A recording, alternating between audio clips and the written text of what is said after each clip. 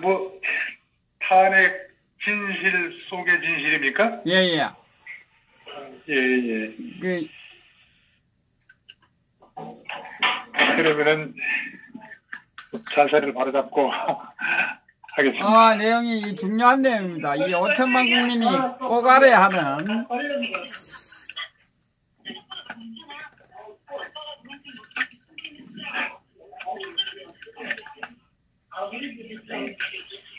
여보세요? 예, 안녕하세요. 예. 고맙습니다. 예, 됐습니다.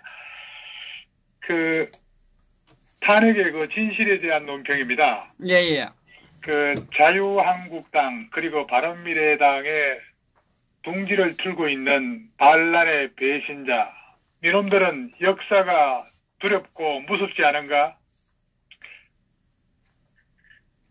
그동안 자한당 지지율 부진은 내부의 공범자들이 잔류하고 있기 때문이었습니다. 경기도 용인시 병지역구인 자한당 한성교 의원 측은 제가 오늘 저녁 직접 충분한 해명을 들었기에 탄핵에 동참하지 않은 것으로 바로 잡겠습니다.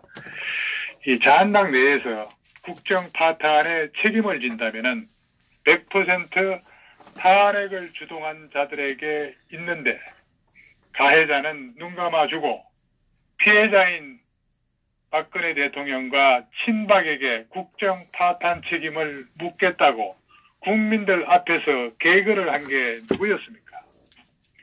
거기에는 어리석고 표리부동한 홍준표와 유석천이 있었죠. 예.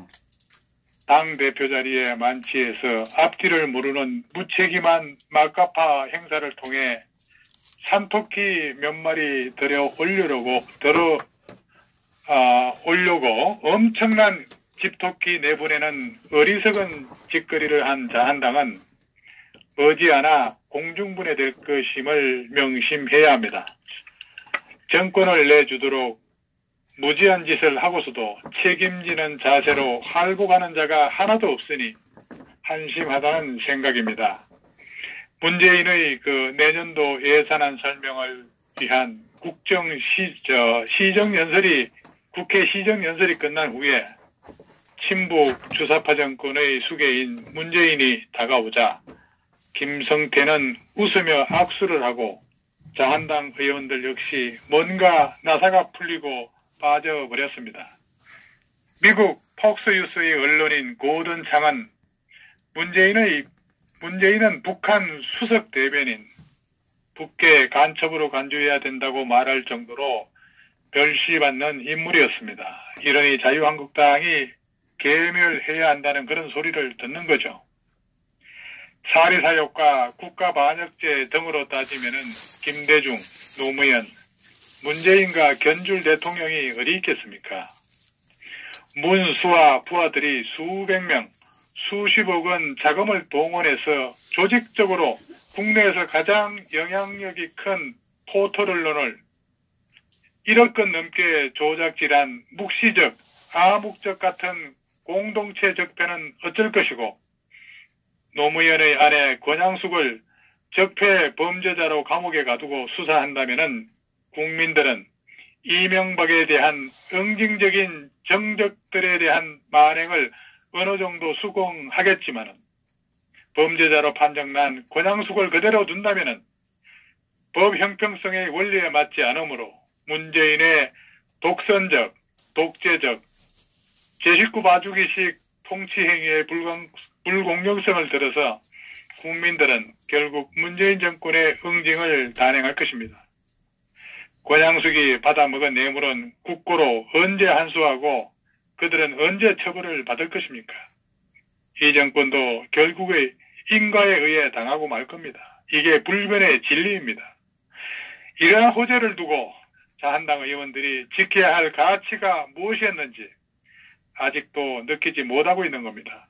그동안 박근혜 팔이 하면서 국회의원이 되고 도지사 되고 시장 군수가 되고 호의호식 하다가 주군의 등에 칼을 꽂아 죽이고 저가 내통한 결과가 겨우 이런 것이었습니까? 국민을 개돼지로 취급한 것은 문재인 정권에 앞서 바로 배신자 당신들이었습니다. 지난 6.13 지방선거에 투표에 참여하지 않은 국민들 중 상당수는 바로 당신들을 응징하고자 하는 국민들이었습니다. 이들 국민들은 법도 권력도 없고 칼도 없습니다. 오직 자신의 투표권만이 우파 국민들의 무기였습니다. 그런데 바로 그때 그 무기를 쓸 곳이 없었다는 것입니다. 그래서 그들은 선거를 거부했고 또 그들은 투표장에 나가지 않았던 것이었습니다. 그것이 오늘날 반역적 행위에 동조한 자한당과 바른미래당 당신들이 겪은 최악의 성적표인 것입니다. 자, 이렇게 정리 좀 해야겠습니다. 도대체 박근혜 대통령은 무슨 죄를 지은 겁니까? 솔직히 박근혜 대통령은 모두가 자기 마음 같은 줄로만 생각한 것이 바로 오늘의 화근이 찾아온 것입니다. 여성이라는 것도 있겠지만은 순수한 마음을 가진 분이라 이렇게 정치 보복 같은 것은 상상조차 하지 않았습니다. 결국은 언론과 검찰의 허위, 조작, 음모에 당해서 탄핵되고 구속까지 이르게 된 것입니다. 박근혜 대통령한테 치사한 상투적 프레임 씌우기에는 가당치 않고 어떠한 뇌물과 개인, 착복, 돈 한 푼 받지 않았다는 것은 만천하가 다 아는 사실입니다. 그 많은 재판 과정에서도 증거 하나 나온 게 없는데 주군이 이렇게 억울하게 감옥 갔으면 동정하고 주군을 구출하려고 노력해야지. 정치재판하는 사법부를 견제할 생각은 않고 종북 정권의 독주에 저항해서 아스팔트로 나와도 시원치 않을 상황에 박근혜 제명이 그렇게 시급했던 것이었습니까? 결과적으로 배신의 아이콘 김성태, 김무성, 유성민, 권성동 이런 폐륜족들 덕분에 좌파 세상을 활짝 열어주고 말았습니다. 이 같은 민주주의 배신자들을 다음 선거에는 반드시 싹쓸이 응징을 해야 합니다. 그것만이 병들어 죽어가는 보수파를 살리고 희생할 수 있는 길이 될 것입니다. 당신들이 지켜야 할 가치가 무엇이었는지 이제 좀 느낄 때도 되지 않았습니까? 박근혜가 추구했던 것은 박근혜가 혼자 잘 먹고 잘 사는 그런 것이 아니었습니다. 나라가 망해가는 가정을 지켜보면서 그 망해가는 나라를 지켜내기 위해서 고군분투했던 것이었습니다. 그런 것이 박근혜가 지켜왔던 가치이고 사명이었습니다. 지난 6.13 지방선거의 결과를 보고도 박근혜의 저주를 받은 자들이 정신을 차리지 못한다면 지금보다 더 처참한 모습으로 퇴출당하게 될 것임을 각오해야 할 것입니다. 모든 정치인이 100% 완벽한 사람은 없습니다.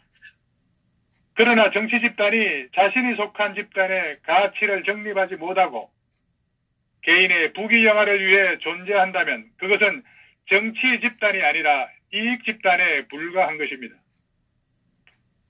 자유한국당, 바른미래당 소속 국회의원들 중 본인의 정치 집단의 소속원으로서 어떤 가치를 가지고 있는지 자문해 보기 바랍니다. 문재인 정권이 왜 박근혜를 억지로 죄를 엮어서 구속하였는지 그 이유를 아직도 깨닫지 못한단 말입니까? 박근혜가 돈 한 푼이라도 받아 먹었다는 증거는 1년 반을 샅샅이 뒤져도 전혀 나오지 않았습니다. 문재인 정권은 박근혜가 지켜온 바로 그 가치가 두려웠던 겁니다. 그 가치의 힘은 김정은이 가지고 있는 핵폭탄보다도 폭발력이 강해서 순식간에 지지 세력을 집결시킬 수 있는 수소폭탄처럼 강력한 것이었기 때문입니다. 그대들은 지난 지방선거에서 맛본 박근혜의 저주가 얼마나 무서운 것인지 느꼈을 것입니다. 아니면 또 헤헤거리며 대충 내 이익이나 챙기겠다고 생각했을 것인지 알 수 없지만 선택은 그대들의 몫이 될 것입니다. 바로 그 선택에 따라 내가 죽느냐 사느냐가 결정될 것입니다. 그렇습니다. 6.13 선거에서 자유한국당, 바른미래당 두 당이 쑥대밭이 된 것은 순전히 문재인 정권이 잘해서가 아니라 그것은 박근혜를 죽인 그 원죄에 따른 대가가 분명한 것이었습니다. 물론 선거의 패인은 다른 요인이 차고 넘칠 것입니다. 평화 위장 쇼가 그 첫 번째요. 미국 대통령 트럼프가 트릿한 짓으로 문을 도와준 게 그 두 번째라면은 전자 개표도 그중 한 몫을 했다고 볼 수가 있습니다. 하지만 지난 선거는 보수가 보수를 심판한 선거였다는 점이 매우 색다른 한 단면이라고 할 수 있습니다. 보수가 왜 보수를 심판하고 나섰겠습니까?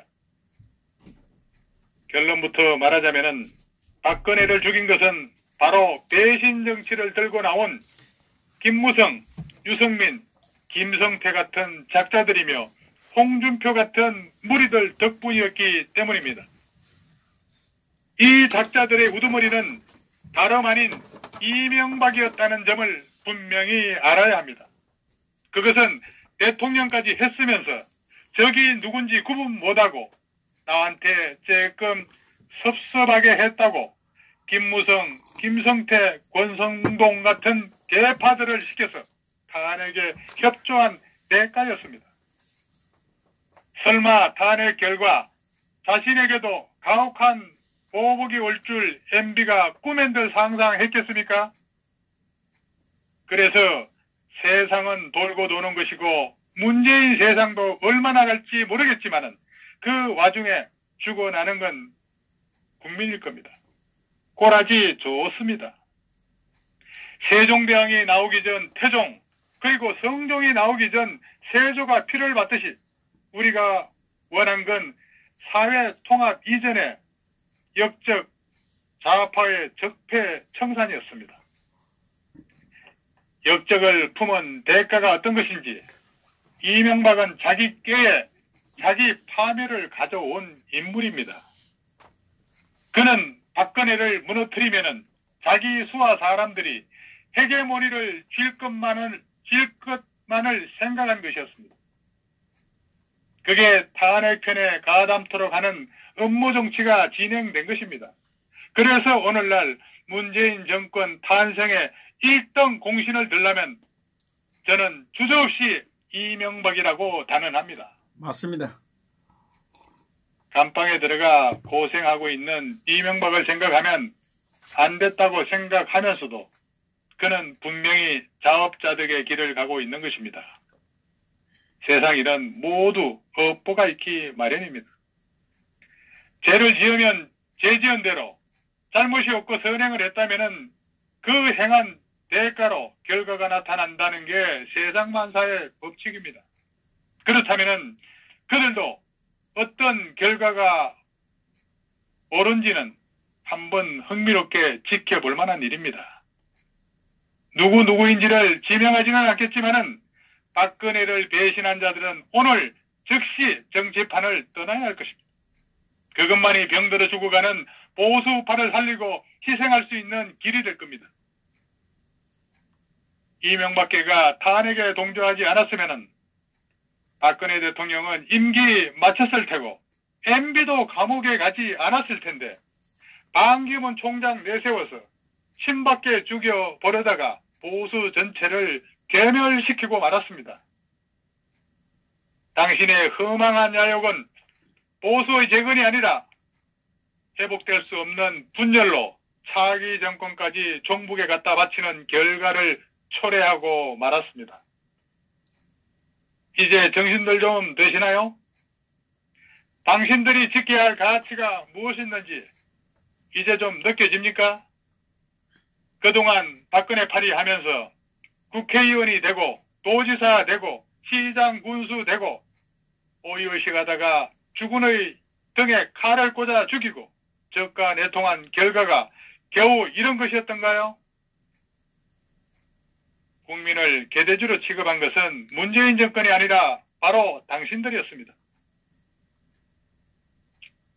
지난 지방선거에 투표에 참여하지 않은 국민들 중 약 25%는 바로 당신들을 응징하는 국민들이었습니다.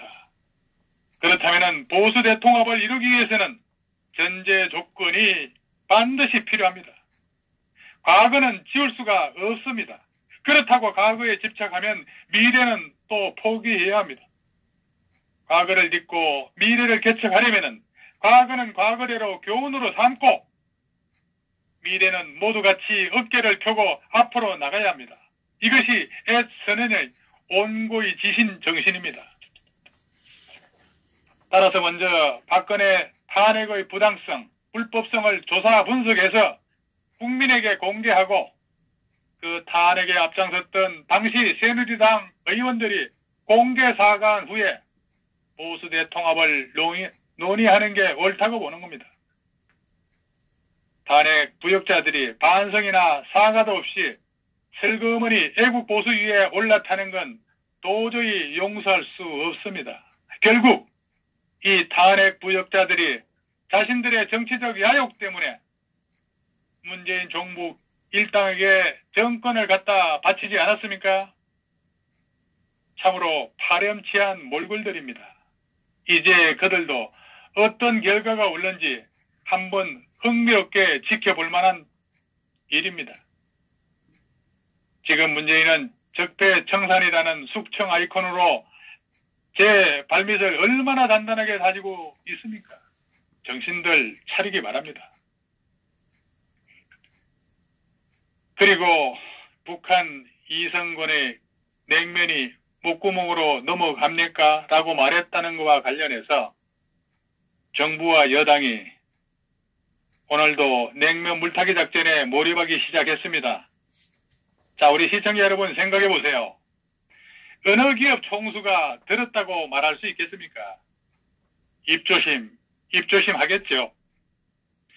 집에 키운 개도 밖에 나가 물리고 돌아오면은 주인 입장에서 기분이 나쁩니다. 이 나라 경제의 기둥인 재벌 총수들이 개 뼈다귀 같은 놈들 앞에 앉혀놓고 요걸 배다니 이 정권이 국민에게 인정받겠습니까? 회담도 존심을 가지고 1대1로 해야지. 이건 뭐 아예 구걸하는 생각을 하고 있으니 꼴에 여당이라고 감싼다고 거들먹거리고 있습니다. 그나풀 잡았다고 제갈 물리는 겁니까? 이 문제는 청와대가 나서서 아직 남북관계가 완전히 해빙이 안 됐기에 나타난 부작용입니다.